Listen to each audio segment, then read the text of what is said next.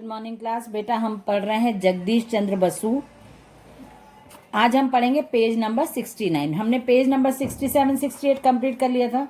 आज हम करेंगे पेज नंबर 69। पेज नंबर 69 भी हमने 2-3 पैराग्राफ छोटे छोटे जो हैं वो कर लिए थे कंप्लीट। आज हम पढ़ेंगे उनकी आश्चर्य। डॉक्टर बसु ने पौधों के कष्ट और उनकी मृत्यु के दृश्य पर्दे पर दिखाए। जो उन्होंने लंदन रॉयल सोसाइटी में प्रयोग किया था वो पर्दे पर लोगों को दिखाया था। तो उन्होंने ये सब दिखाया कि कॉस्कोग्राफ जो यंत्र बनाया था उन्होंने पौधे की वृद्धि मतलब ग्रोथ जो होती है प्लांट्स की उसको बताया। और उसके बाद रिजोनेंट रिकॉर्डर से प्लांट्स को चोट लगती है तो वो मरते समय या चोट लगने पे कैसा रिएक्शन आता है वो उसका यंत्र बनाया था।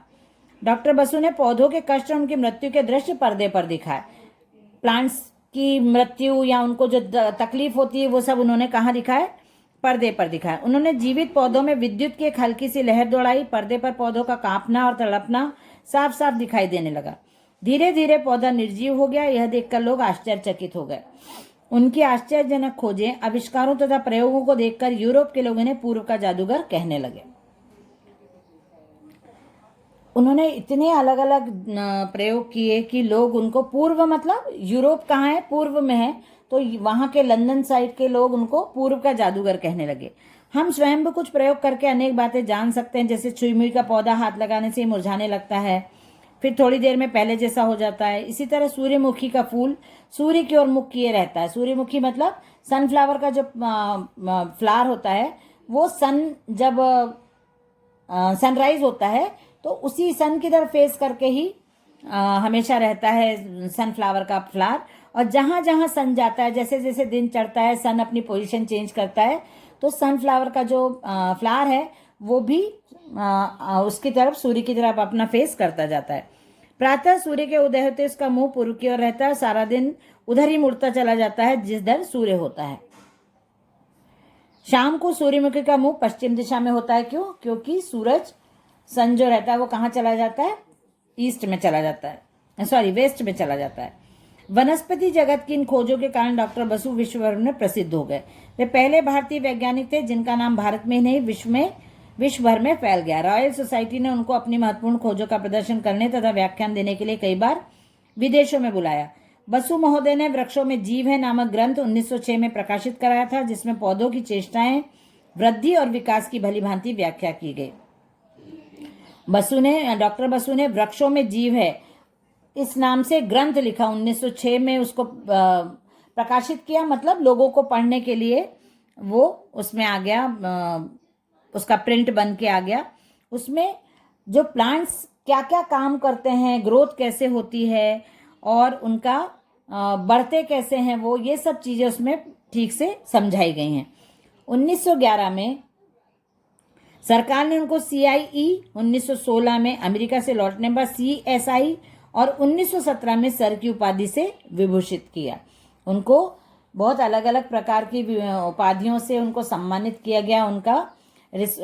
उनको उपाधि दी, मतलब उनको रिस्पेक्ट देने के लिए अलग अलग जो वहाँ पे जो वो चलते हैं, पदवी चलती है, वो उनको दी गई। 1915 में श्री बसु प्रेसिडेंट कॉलेज से निवृत्त हुए मतलब उनका रिटायरमेंट हो गया 1915 में।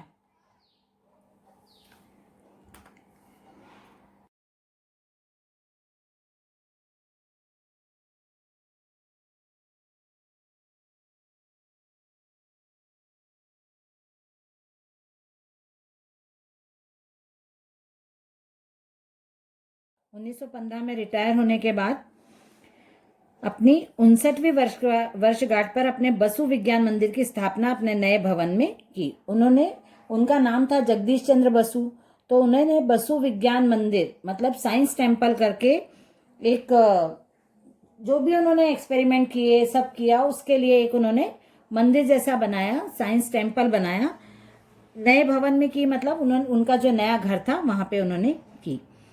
1928 में उनका 70वां शुभ जन्म दिवस बड़े उत्साहपूर्ण समारोह के साथ मनाया गया।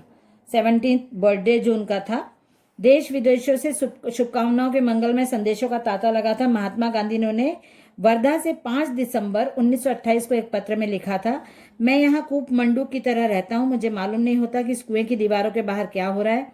मुझे कल ही आपके जन्मदिन मनाए जाने का समाचार प्राप्त हुआ। यद्यपि मैं देरी से लिख रहा हूँ, फिर भी आपको जो अनेक शुभकामनाएं और बधाइयां प्राप्त हो रही है, उनमें मेरी भी शुभकामना और बधाई सम्मिलित करें। गांधी जी को नहीं पता था कि जब गांधी जी ने देखा कि पूरा देश डॉक्टर जगदीश चंद्र बसु को विश कर रहा है, बर्थडे विश कर रहा है, तो उन्होंने भी वहां से लिखा कूप मंडूक मतलब कुएं का मेंढक। कूप मतलब होता है कुआं और मंडूक मतलब होता है मेंढक, संस्कृत का वर्ड है कूप मंडूक। तो गांधी जी ने अपने आप को बोला कि मैं ऐसे मेंढक की तरह रहता हूँ कुएं के अंदर, जो कुएं के अंदर ही रहता है, वहीं से कूदता फुदकता रहता है, लेकिन कभी भी इतनी ज़्यादा कोशिश नहीं करता कि उस कुएं से बाहर आ पाए। इसलिए गांधी जी ने अपने आप को कूप मंडूक बोला और कहा कि मैं कुएं के मेंढक की तरह एक ही जगह पर रहता हूँ, इसलिए मुझे बाहर क्या हो रहा है वो नहीं मालूम पड़ता है। तो जब मैंने देखा कि आपको सभी लोग बहुत जन्मदिवस की बधाई दे रहे हैं, तो अब लेट ही सही लेकिन आप मेरी बधाइयां भी स्वीकार कीजिए। भगवान आपको चिरायु करे, जिससे कि आपके निरंतर बढ़ने वाले महान गौरव एवं यश में सारा भारत भागीदार बन सके। डॉक्टर बसु ने अपने अभिन्न मित्र रविन्द्रनाथ ठाकुर को एक पत्र में लिखा था, यदि मुझे 100 बार भी जन्म लेना पड़े तो मैं हर बार अपनी मातृभूमि के रूप में हिंदुस्तान का ही चयन करूंगा। डॉक्टर बसु आजीवन अपनी विज्ञान साधना में लगे रहे। अपने अंतिम दिनों में उन्होंने भी कई महत्वपूर्ण खोजें की। रामायण में वर्णित संजीवनी बूटी पर भी उन्होंने कई वैज्ञानिक अनुसंधान किए। संजीवनी बूटी क्या थी? आप लोगों को रामायण, आप लोगों में से किसी ने सुनी होगी, देखी होगी, जो टीवी पर आती है, और आपके घर में आपके दादी मम्मी रामायण के बारे में आपको रामायण के विषय में बताते भी होंगे कि रामायण में संजीवनी बूटी ऐसी दवा थी जो मृत आदमी को भी, मरे हुए आदमी को भी जीवित कर देती थी। और ये हिमालय पर पाई जाने वाली जड़ी बूटी मतलब क्या होता है? जो पेड़ और पत्तों या पेड़ के विभिन्न भागों से बनने वाली जो दवाइयाँ होती हैं उनको जड़ी बूटी कहा जाता है, जो जंगलों में पाई जाती हैं, पर्वत पे जो पेड़ पौधे रहते हैं वहाँ पे पाई जाती है। तो संजीवनी बूटी भी हिमालय पर्वत के। और ये भी आपको पता होगा कि हनुमान जी, जब लक्ष्मण जी मूर्छित हो गए थे तो उनको उनकी बेहोशी दूर करने के लिए, मूर्छा दूर करने के लिए हनुमान जी पूरा का पूरा पहाड़ उठा के ले आए थे, क्योंकि वो पहचानते नहीं थे कि संजीवनी बूटी क्या है। तो उस संजीवनी बूटी पर भी उन्होंने कई वैज्ञानिक अनुसंधान किए। किसने? डॉक्टर जगदीश चंद्र बसु ने। इसमें वे सफल रहे। हिमालय पर्वत पर पाई जाने वाली ऐसी ही एक बूटी के रस से उन्होंने मृतप्राय पौधों को फिर से जीवित कर दिया।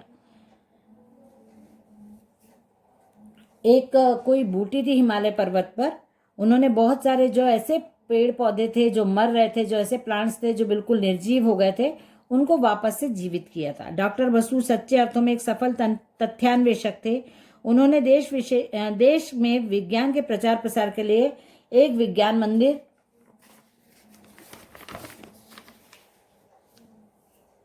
नामक संस्था की स्थापना की थी। यह संस्था देश के एक प्रमुख शोध संस्थान के रूप में मानी जाती है। जो डॉक्टर जगदीश चंद्र बसु ने जो बनाया था, टेम्पल बनाया था, विज्ञान टेम्पल, तो वो शोधशाला थी असल में। वहाँ पे अनेक प्रकार के साइंस को लेके, अनेक प्रकार के विज्ञान को लेके शोध किए जाते थे, खोज की जाती थी, अनुसंधान किए जाते थे, एक्सपेरिमेंट्स किए जाते थे। इसमें वैज्ञानिकों, विद्यार्थियों के लिए शोध संबंधी सभी आवश्यक सुविधाएं उपलब्ध हैं। और यहाँ पे जैसे जो उन्होंने लैब बनाई, उसमें बहुत सारे ऐसे इक्विपमेंट्स हैं जो साइंस के आविष्कार करने के लिए, साइंस के एक्सपेरिमेंट करने के लिए, अनुसंधान करने के लिए जरूरी होते हैं। वो वहाँ पे स्टूडेंट्स के लिए और जो साइंटिस्ट हैं उनके लिए वहाँ पे रखे हुए हैं। पेड़ पौधों के विषय में डॉक्टर बसु की इन खोजों से जर्मन वैज्ञानिक इतने प्रभावित हुए कि वे उन्हें एक पूरा विश्वविद्यालय सौंपने को तैयार हो गए। परंतु डॉक्टर बसु ने उनसे कहा, मेरा कार्य क्षेत्र भारत ही रहेगा और मैं देश के उसी महाविद्यालय में काम करता रहूंगा जिसमें मैंने उस समय काम करना शुरू किया था जब मुझे कोई जानता नहीं था। यह था डॉक्टर बसु का देश प्रेम। डॉक्टर बसु ने पहले ही बोल दिया था कि मैं अपना देश छोड़ के कहीं नहीं जाऊंगा। उनको देश प्रेम था और वो देश में रह के ही काम करना चाहते थे। हमेशा से उनका कार्यक्षेत्र भारत ही रहा। बसु महोदय का कद छोटा था, मतलब हाइट कम थी, परंतु उनके दिव्य चक्षु और विशाल मस्तक उनके असाधारण व्यक्तित्व के परिचायक थे। आप में अपार धैर्य, दृढ़ संकल्प शक्ति, दयालुता, स्वाभिमान अत्यधिक था। 23 नवंबर सन 1937 को इस महान वैज्ञानिक का देहावसान हो गया। इनकी डेथ हो गई 1937 को। डॉक्टर जगदीश चंद्र बसु सही अर्थ में वनस्पति विज्ञान के दैदीप्यमान नक्षत्र हैं। उनकी मौलिकता, विलक्षणता व विविधता आज भी अद्वितीय मानी जाती है।